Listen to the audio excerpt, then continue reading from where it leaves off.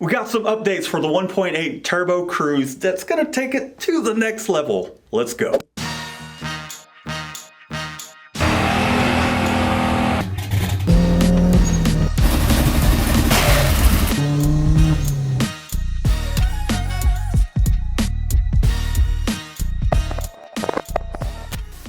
Welcome back to the channel. If you're new, I'm Matt. Just when you thought I was finished upgrading the 1.8 turbo Cruze project, we've got some upgrades coming along, boys and girls. Let's open it up. Pow!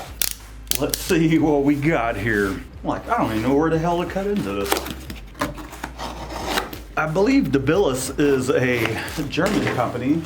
Makes a lot of cool parts for the European market. But let me show you what we got here, boys and girls. This entire big ass box for these things. Is that all of it? It's a lot of fucking peanuts. Jesus Christ. Well, I guess that's came from overseas, and I'm not sure if you can tell what that is just yet.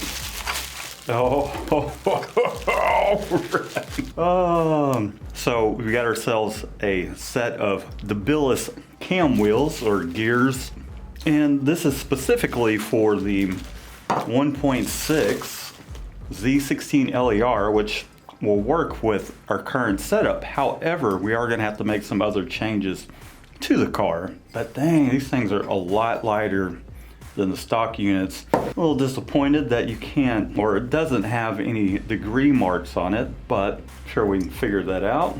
Kind of seems like it's cast magnesium or something. But these are adjustable cam gears for the Cruze, obviously, because I'd really like to lock out the VVT. I just kind of really been struggling with, I'm sure we can get the VVT to work great, but what's gonna go along with this will just make this car that much more of a performer. Wow, those are nice. So long story short, the reason I wanted to do this, even though you could get more power within certain ranges of the power band with VVT, there's just not a lot of options when it comes to camshafts. We did have the cams reground. I'm going to hold on to those. And it's been a real pain in the butt dialing in the VVT. It's what's kind of taken me a long time to get any videos going with the fuel tech. Not that it can't be done. I've got it done. However, it's annoying starting the car up and it just sounding like a diesel because the oil is leaving the cam gears. Once the stock VVT starts making that noise, I'm not sure if it's the cam gears or if it's just not holding the oil properly within them. I just didn't want to spend money on new cam gears chasing that problem down. And really, we're just trying to go for all-out performance, and I think this will fit the bill nicely. I'm sure there's going to be some of you that are like, you should have kept the VVT, but once you see the next upgrade that it's coming in, I think you'll be excited about what is coming in. If it's not easy to tell what's paired along with these, we got something custom coming in that's really exciting. So this is awesome. We just got another part in. Let's check it out. That will help upgrade the performance of the 1.8 turbo Cruze, hopefully making it the baddest 1.8 Cruze. Can that really be strung together in the same sentence? So let's unbox it. Wow! Let's see what we got here, Apollo. All the way from the UK. Some of UK's finest. Oh, snap. There we go, ladies and gents. I've got the baddest to the bone camshafts for the 1.8. This is from Piper Cams. This is their ultimate fast road cams. And we'll dive into the specs here in a second. But let's take a gander. There we go. Here's the specs right here. Well, I guess that's technically not the specs, but that's the model number, just in case you're curious. You want to follow along. Very nicely packaged, folks. Be careful with this because there's a cam trigger on one of these. Golly. All right, man. Smells great. Give you a little bit of a close-up. I believe this is the intake. What the hell? We'll bust this thing out. Golly, that's some meaty lubes. Meaty lubes. I don't want to put my fingers on it too much. There we go. Piper Cams. Got the eye in there. Let's toss that right back on in. So one of the main differences on these camshafts, I believe these are technically for mechanical setup. Just kind of want to test this stuff out. It's not like we're using this as a daily driver. But one of the things about these camshafts with the VVT, this is normally thinner than this here. I'll see if I can't put up some video here of what it looks like. And the cam gear kind of goes around it, in which in this case, you got your seal that goes around this instead of the cam gear, and the cam gears should go flush, or they will. They'll go flush against this here. I'll show you the difference once we go to install these. So there that goes. Put this back up and we'll take a look at what I believe is the exhaust camshaft. And I think this will also solve some issues, because basically what I'm running into is that Fuel Tech having issues reading the cam trigger type. So I'm just going to grind off the trigger wheel towards where it just has one tooth to make things easy. So when that tooth pops up, it knows where it's at in the strokes of the strokes, whether it's compression, power, exhaust, or intake. It'll fire up a lot sooner instead of having issues. It's one of the irritating things I've been dealing with. Oh, yes. There we go. Yeah, just as I thought. Okay. So this is the exhaust camshaft. I don't know if you can see that, but we got exhaust right there. And then here's the trigger I'm talking about, which this is much nicer than the stock GM stuff. Let's cut that open and take a look at it without cutting my damn finger. So I talked to Fuel Tech. I think I just might grind these off. Then we'll just have the one tooth to trigger it so it knows where it's at in the cycle of the engine. Piper Cams VXR. Very exciting, man. One thing I'm curious to see before we tuck these away, let me grab those cam gears. I think we might just have to pull this pin. I thought there was supposed to be some sort of cam lube that came with this. Any cam lube? Cam lube somewhere? Nope. Okay, that's fine. Here we go, is one of our cam gears. Yeah, I'll definitely have to remove that. This thing would fit up like so. Yeah, looks like it'll fit up nicely. Now I just need to get some bolts for these things. I'm going to see if I can't just find something from ARP. There's a specific type of washer and a torque to yield style bolt. However, just going to find some 10mm bolts that will go in there, and we just torque it to spec. And it's got this little doohickey. We got a little keyway that we'll lock in here, keep this thing from going anywhere just in case. But very exciting. Before it starts pouring down raining, let me show you what the car is doing on fire up and what I haven't been able to resolve. Let's fire her up real quick.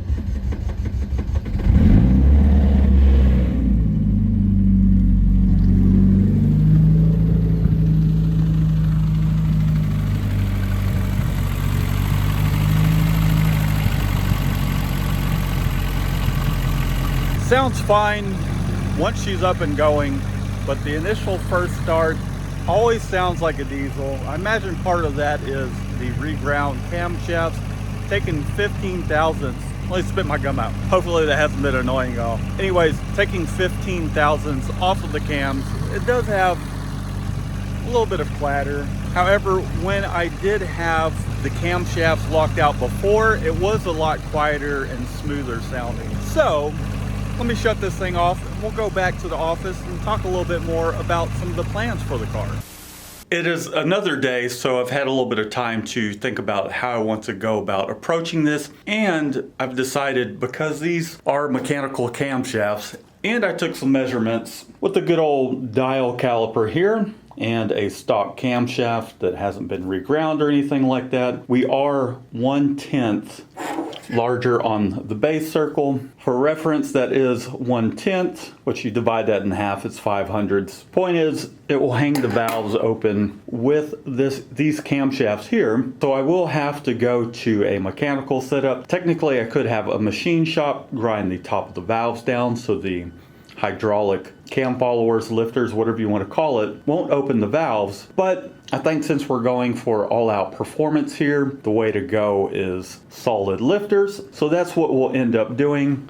There's a couple other things I'm going to do to the car. I did finally find a cylinder head gasket that is 1 millimeter thick, so I can remove that spacer that I do currently have in there. That's always kind of bothered me a little bit. This will get our compression right back to where it should be, 10.5. But more importantly, the quench area, essentially the piston to cylinder head distance, I want to set that to right at about 35 to maybe 40, which would be ideal for detonation and for making power. I believe it's currently pretty high. I think it's somewhere in 5.5 to 6, having put that spacer in there, which does help lower compression, but it's not necessarily all that great for detonation. And although it's been fine for the moment, no issues. Where was I at? Okay, got ourselves a new timing belt. I do have a little bit of a leak going on somewhere, and I just don't trust the oily timing belt. We'll toss that on. And because we're gonna have to pull the cylinder head, essentially what I need to do is get some different valves. Once those come in and I test fit everything, I'll show you what that's all about. And here's just some other things, like a timing gasket. I'm going to pull the oil pump off, put a new timing gasket and balancer seal in it, because there's oil coming from the front of the engine somewhere, and it's not getting any better. Camshaft seals, just a couple oil filters, nothing crazy. And as I mentioned in the last video, fourth gear is just completely gone. And I can't use fourth gear, so I got some parts to fix that. However, Rock Auto did send the wrong part. So essentially I forget what the part is called exactly in a manual transmission. It's the mesh that helps slow the gears down so they can mesh up. That's what that was supposed to be. So I'm having to work with, I think it was GM Parts Giant. That's where I ordered it. Anyways, I got to get that sorted out, have that sent over. This is a bearing.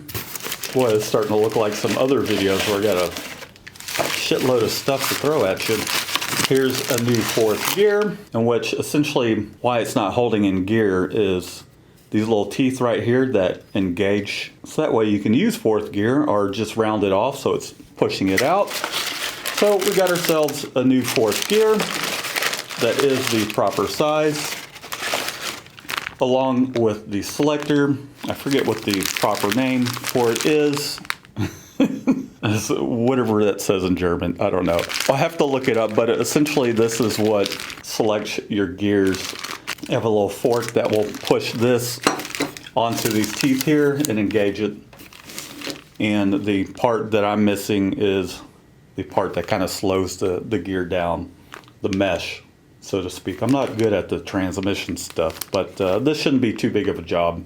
I believe fourth is towards the end of the shaft, so should be pretty straightforward. I'm not going to do a complete rebuild. I just want to fix fourth. These transmissions are pretty fragile. I mean, here's fourth gear, just to kind of give you an idea of how fragile these transmissions are. I'm surprised I haven't broken anything just yet. I did find some ARP bolts that will work with the cam. I need to get a hold of ARP to see if I can find a washer, because generally these cam gears from the factory have a big washer that goes in here, and then you have some torque yield bolts that will go in there.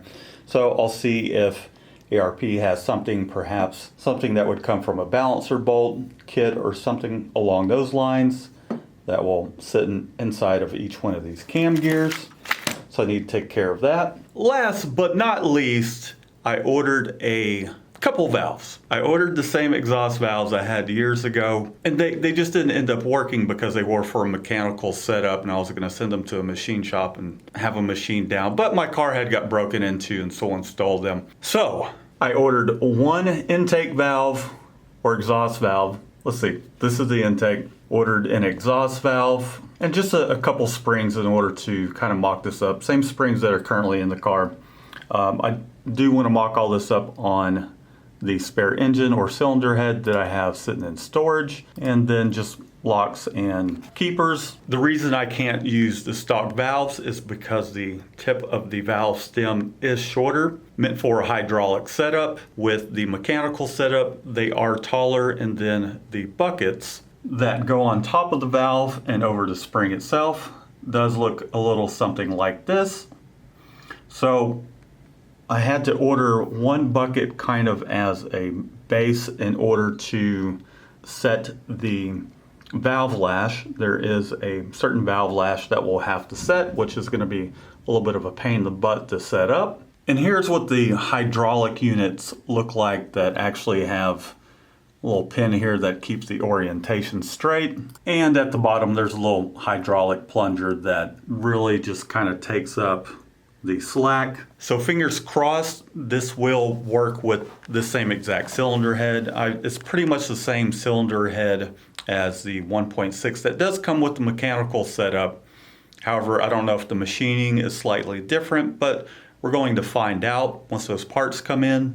I'll mock up those two valves, put the new camshafts in there, put a bucket on it. I got the bucket with the least amount of height, or pole height, I think is what they call it. So we'll just start from there, take some measurements from each valve and order the proper valves, or lifters that we need in order to get the proper lash settings, if that makes sense. Hopefully it does. If not, I'll kind of walk you through the whole thing as I'm doing it. If you want to see that, let me know down in the comments. I know I had already said last but not least, but we're going to finally get this ball bearing turbo in. I finally figured out the correct fittings for this thing. This is a tile V-band flange. I ordered, I don't know how many different flanges. It probably would have been smarter for me just to reach out to max speeding rods, but that's my bad. I thought it was just universal stuff. But I've got a pipe fitting, so I am going to have to modify the turbo manifold, cut off the T3 flange. I'll probably cut this thing down so that way it's not going to lift this turbo up any. Hopefully it doesn't. Maybe I can get that sorted out. We'll get that figured out, but I've got the correct flange for the inlet on the exhaust side, and then also the V-band here for the exhaust. So we'll get that on as well. I'm actually really looking forward to having this on because I think this will go quite well with this camshaft and the size of the engine. Again, this is a GT30 turbo, and I believe it's like a 58, so this should work really well. Lower those RPMs towards where I'm not stringing the thing out to 8,500 RPM. Will get this thing to kick in a lot sooner, maybe around 3,000 or 3,500, and bring it out to 7,000 RPM. Should start to lose breath there with this somewhat small of a back housing, but I think that will make the car a lot more fun. But that's all I have for now. I wanted to put this video together, show you some of the exciting updates I have coming on the car, a little bit more performance oriented. Not that it hasn't been performance oriented. There's just some things that have been bothering me that I want to situate before I go off to have the car dynoed. I just want to get it right towards where I'm completely happy with it, and then we'll be able to go out and have some fun with it. And I'm sure the next thing I'll have to address is the transmission, which, as you can see, we're already having to address that. But who knows? Years down the road, I might end up getting or being able to afford a quaif or something like that, sequential or H pattern type stuff. But golly, I can't talk today. But that would require a lot of modification and then figuring out the flywheel and clutch. Probably not too bad, but every step along the way with this thing, we're kind of figuring stuff out. But that's kind of part of it, isn't it? We'll see you next time, ladies and gentlemen. Peace out. Oh, don't forget to like and subscribe. All that fun jazz. We'll see you in the next one. Peace out.